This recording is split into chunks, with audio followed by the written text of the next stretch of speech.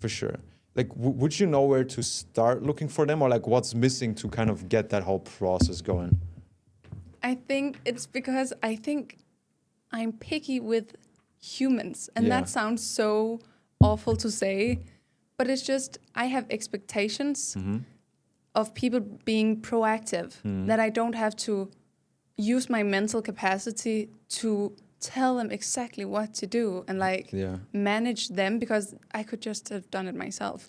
So I need someone they know what they need to do and then do it, and more even, you know? Yeah. I mean, I can share a funny thing that we always do, because I'm the same, because like, you know, at some point you have so much stuff going on, you can't afford for people to not think ahead. You know, if you come into a set, for example, let's keep that, and like you see, okay, but we could have also filmed with 2 cameras. We could have also had this extra content here.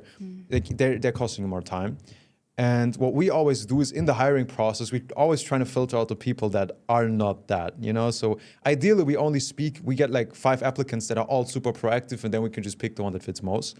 So what we always do is in the hiring itself, we always, you know, when you hire someone, they send their CV or they send you the first message.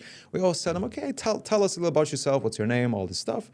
And we have a few trick questions, you know, like tell us about your communication style, which I don't even know what that means to this day. Like, I don't know how I would describe my communication style. Maybe mean, but it's like, that came pretty quickly, but I'm not gonna take that personal now. But it's like, you can see some people that write, oh yeah, it's good. Okay, they're not putting in extra effort to get something done. But some people that write a whole paragraph, like, well, I like to be honest. You see the effort they put into something. True. Yeah. And also, like, when we're already talking about personal assistants or that, then we go into, okay, like we do a trial period, you know, maybe like a week, one shooting where we kind of see how it works together. We obviously pay them, and we give them a few problems, you know, like it's the little stuff, but you're gonna know what I mean. But for example, we are shooting and there's an empty glass of water and like a bottle, and we're like going away. Do they fill up the glass of water or no? Do they think, okay, how can I make this person's job easier?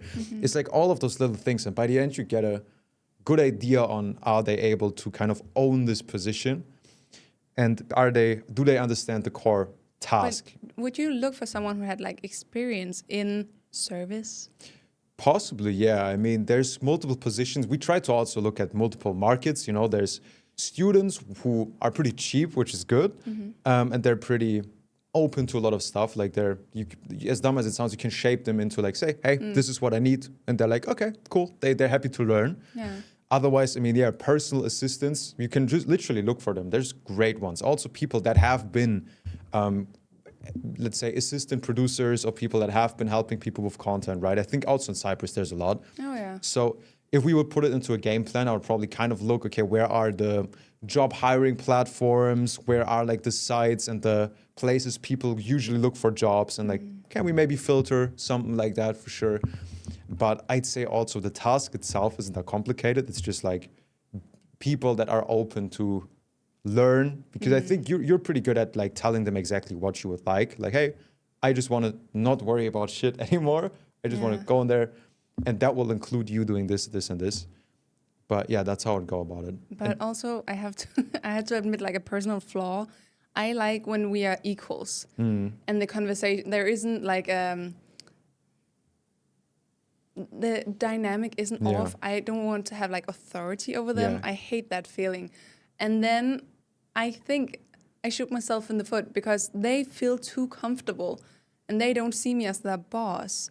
So they stop doing all of this stuff. I get it. You on the one hand, you don't want to be like this movie person that's like, where's my coffee? Like flipping over like the table, but you don't want to be too friendly, because like we all know, like then they're gonna be like, oh yeah, sorry, I'm sick, and it's like, why didn't you tell me? It's like, like I have this as well. Like I in a perfect world, I'd just be friends with all of my employees and be like, you know, I'll just get the work done. Come on, bro. But the way I kind of went about it, which there's multiple ways to go about it, was like, I'm not really, me being nice to them, I'm not doing them a favor, because if they're not bringing value, I would have to fire them. And also I put them into a position where they don't know what to do.